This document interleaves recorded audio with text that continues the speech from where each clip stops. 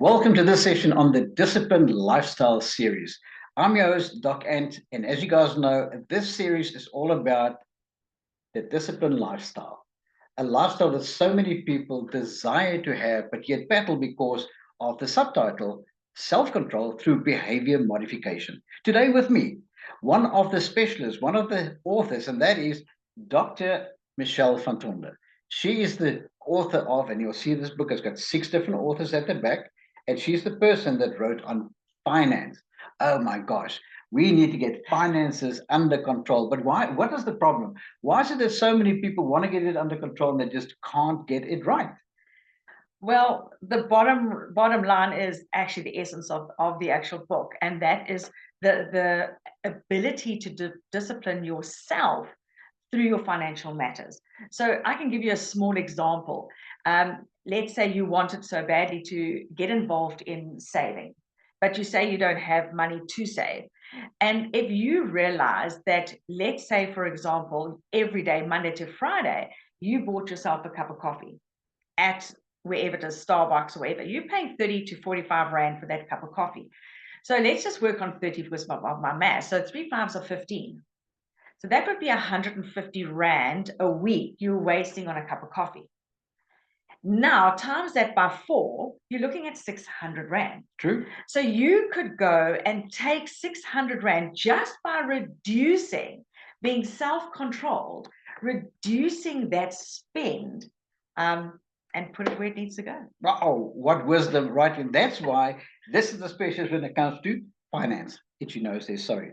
So in this book, page 48 to page 114, it's all about financial discipline. So what I'm going to do is just spend some time with this author that certainly has been a role model to many in this area of finances. In fact, I know that you have got one of your goals is to empower other people to become asset-based millionaires. Absolutely. So why is that? Well, how that came about was I got my PhD at the age of 50, and then it was like, now what? What now must I actually do? And my PhD is in leadership and management. So I thought, well, okay, how can I lead people in an area that I'm passionate about, and that's finances, especially helping people to generate multiple streams of income passively. All right, no work, no pay, that kind of thing. So for me, when I sat down and said, all right, what does an asset-based millionaire look like? Because I have been involved in government, and I've seen many tenderpreneurs applying to become a millionaire, all right? And they apply for a tender, get the R1 million tender. The R1 million hits their bank account, but they're therefore a millionaire for one day, because the very next day the expenses start.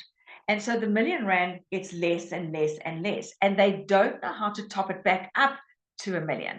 So therefore, I like to have an asset-based millionaire. In other words, you have assets to the value of $1 million that will bring in income on a regular basis. That's an asset-based millionaire. So obviously what you're saying is you help people purpose their money to make their money work for itself. Absolutely. Well, let's find out how. What's the difference, according to section 1, between financial planning and financial mapping? Help us understand that. When I discovered the difference between the two, it literally rocked my world. I actually thought there is no difference between the two. Mapping is mapping, planning is planning, but it's not. I can plan all I want to be financially free, and I can have this plan in place, but mapping tells me how to get there. What am I going to do? What are my steps? What is my 1-year goal? What is my 6 months goal? What is my monthly goal? And when you map it out, like I've just given you, saving 1 cup of coffee a day is mapping. That's the difference between planning. That's why, obviously, you then go into the mechanics of security, independence, and freedom. Now, are they all the same thing? They're definitely not the same thing, because financial security says I have enough money to come in every single month and pay my bills, irrespective of it's passive or if I'm actually actively working. So it's active income, whatever. But I know my security is in that every single month, I know come monthly, I can pay my bills. Doesn't matter about traveling or having nice things, that's your security. Independence starts coming in, where you're now able to create income outside of what you're currently doing so that you become financially independent from the system. And freedom says, I have more than enough, irrespective of whether I have my job, whether I lose my job. If I have more than enough to pay for my bills, have a nice lifestyle where I can travel and do the things I want, give my children the things they want, now I become free. Now you can see why she wrote on financial acumen and on me. That's just how it works, because she's a specialist. Well, that was a beautiful, beautiful reply. Well, help us in terms of how do you become a CFO, which you call the Chief Freedom Officer. Oh man, we all need to become chief freedom officers of our lives. Guys, this again, when I heard this principle and I attributed to a lady by the name of Anne, I just can't think of her surname. But when I saw that, when I heard, I thought, yes, you know, we're all told to be CEOs of our lives and all the rest of it. But when you become your chief freedom officer, you then wake up in the morning saying, right, I am my chief freedom officer. What am I going to do today to create that freedom I want? Wow. I think that's an aspiration for every person listening here to say, well, I want to be my own CFO, my Chief Freedom Officer. And it doesn't matter your age. It doesn't matter your age. If you're 10 years old listening to this, you can become your own CFO. And what it sounds like is that the only requirement is the diligence to actually fight for your freedom. Yes. Yes. But I know that having worked with you over the years and some workshops, it's all about timeline. This is the one thing that normally bowls me out every single time, and I fail the test. So let's repeat it. Let's talk about this timeline. Okay, if you ever meet me face to face, I'm going to draw you a timeline. All right. And it's something I just love doing with people. And so basically, the timeline is very simple. It's in the book. And it says, draw a line across the page. And then I want you to draw in the middle today's date. Like, go and put today's date in. Then I want to say from today's date, which is the middle of the line, backwards. All right. Put 5 years ago date. Okay. All right. Then in that 5 years ago date, I want you to put your age, your spouse's age, list all your children, put their ages, put the income that you had. So put a line for income, but make it active. Then you put a line that says income, which is residual or passive, whichever one you want to choose. So let's just, what's the difference then between active and passive income? Let's just understand that. So active means no work, no pay. Okay. Passive or residual says it doesn't matter whether I'm at work or I don't have a job, it's going to be coming in because I've created something. That means you can even be asleep and the money is rolling into your bank account. Wait till you wake up in the morning and it's like, ding, you've got some money coming in. It's like crazy, ridiculous. The emotional, that'll take you to, we better read Dr. Mamiki's chapter on that one. Okay. So now you've written all that information down. All right. So let's say I'm 60 in the middle of the line. Okay. 5 years ago, I was 55. Correct. Okay, 5 years ago, I was 55. Now, then I put in what was my active income, what was my passive income. Okay, now write those two down. They're very important. And I want you to put your children's names down. Okay, put them down because you're going to get horrified. Then I want you to write. Now, from today's date, I want you to put in, there's another half a line there.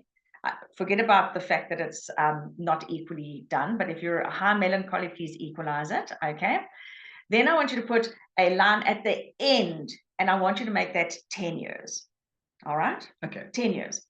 And then come back, half of that, make it 5. Okay, so now I want you to say, if I'm 60 today, and in 5 years, I'm 65, and now I write underneath my date today, because remember, 5 years ago, I wrote down what my active income was. True. And I wrote down what my passive income was. Now, most of us are going to say that our income that is coming in, 100% is active, no work, no pay. And most people. For sure. At least 90% of you. Some of you are going to have it 7. But now, did it change in the 5 years? I'll be honest with you guys. In the 5 this years? Is what smacked me, man. I mean, when this timeline thing came up again, I had to go, oh my gosh, I heard the concept, but I didn't put the discipline in place to fix it. Yeah. And yeah, so then you've got to say to yourself, all right, if I had done a few things differently, now project 5 years from now, where do you want to be? And most of us should be saying, in 5 years from now, I want my active income to be 50% and my residual income 50%. At least. Is that even possible? It is so possible. It can be 100 if you apply the principles correctly. Well, no wonder they make the statement, when was the best time to plant a tree? Well, 20 years ago. When's the second best time to plant a tree? Tomorrow. Because it can still be done. Yes. So you're listening to this, and I want to say to you, don't cry, Argentina, about that tree that you didn't plant. But tomorrow is your opportunity to plant it from the start, to go, okay. Do you know, I just want to share a testimony. So I shared the same principle about the coffee with one lady. Do you know she's today saving 1,000 rand a month by saving her spend, watching her spend? 1,000 rand a month. Do you know, in 5 years, she's putting 1,000 rand away a month with a really, really, really safe, conservative investment. That's 60,000. That's 60,000. But she's going to double it in 5 years. If she drank coffee, where would she be? True. It's going to be, that 60 is going to be 120,000 rand. So it's small incremental steps of self-discipline that gives you the result. Yes. Now, can you imagine if she takes that 120,000 and invests that in a year? True. She can possibly double that. It will change everything. And then you have your exponential growth. It's sort of, I need to come in here and say long-term gratification. Because the problem is, people are like microwaves. They want everything yesterday. Yeah. They press the button and they want instant gratification. Absolutely. But if you can just discipline yourself long enough, you will start getting what we call the multiplication factor, the duplication factor, and life will change for you. And if you've mapped it out, you know what you've got to do every day. Okay. Awesome. So blow us away. So exciting. Different ways that investments that you choose. Just sort of, what are the considerations when you look at investment that you choose? All right. So I break it into levels, and I say, firstly, when you're going to go into this, please don't go and just randomly think, because everybody's telling you and the adverts are telling you that you need to go buy crypto. Be careful. All right. I've been in crypto since 2015. All right. My first Bitcoin I bought at $300, $315. And I've been highly successful with crypto, but I had other things in place first.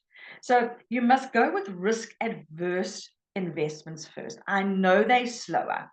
You know, when I started my journey, it was when I read Kim Kiyosaki's book, and she said to me, start small. Start small, but start safe. I know we want these quick rich get scheme, quick whatevers. You're going to burn your fingers. You are going to burn your fingers. And trust me, out there on social media, everybody's giving you some trading platform. That's high risk. Don't touch it. Because the average man in the street doesn't have the skill. No. And they make you think you've got the skill. And then you give it to someone else to trade for you. And then guess what? They lose the money and tell you, well, sorry, I can't pay you. I lost your money. I put my hand up slowly. Exactly what happened to me. I entrusted someone from England, and I actually took some of my pension money. I put it in there because it was guaranteed that I will actually 10 times grow my money. Well, I can tell you now, that money is gone. So I am literally one of those that had to learn the hard way. Because, you see, I didn't have the time to put the acumen to fully learn how to trade properly. So I entrusted to somebody else, but that was no guarantee. And please don't trust your friends who are trading. Guys, come on, catch a wake up. I'm telling you now, okay? Heed my warning. All right, so low risk. Go low risk first. But what I'm also hearing is, don't ask advice from your broke neighbor. Hello. I mean, because that's not the best advice to get. Not the best you advice. Always tend to ask the people that actually are not successful. Exactly. Rather go and ask people who have been there, who are successful. Follow those that have been there. Follow the Robert Kiyosaki's. Follow the Michelle van Tonders. Follow us. Follow and learn wisdom. Guys, I've been there. I've burned my fingers in so many things that I can tell you now. Even Anthony comes to me and says, oh, look, this person sent me this and I'm on this group and there's 50,000 people and nobody's saying anything negative. I'm like, oh, has admin blocked comments? Okay. Stay away. That's it's a scam. Okay. So now we talk about the issue that's next is debt. Talk to me about the debt snowball. Can it snowball? Yes or It no? can snowball, guys. Be so careful of the debt snowball. Please do not. If somebody says to you, and listen, there's people out there, and I know because they've come to me, people you know that have said to you, just take it from your credit card and put it here. Then when you're earning the money from here, you can pay your credit card back. That debt snowball is going to snowball. That's all I'm going to say. Okay. So that's the place where you do not want to be. Yeah. So let's be practical. I know that you've got this fancy principle called the BIPS principle. Just to sort of give us a bit of an overview on what is the BIPS principle about. Okay, You know, 102. Right, I never can do anything that slowly. But really speaking, when we raised our kids, we realized that we had to teach them finances. All right, so Anthony would have our son, for example, from 13 years old, each one of our children helped manage the finances, all right, for that month or for that year that they were there. So we taught them how to budget. And then what we did is we had a money box for them. And we still make those money boxes, by the way. And what we do is we say, right, let's split the pocket money up. Okay, so the BIPS principle says, all right, what is my budget?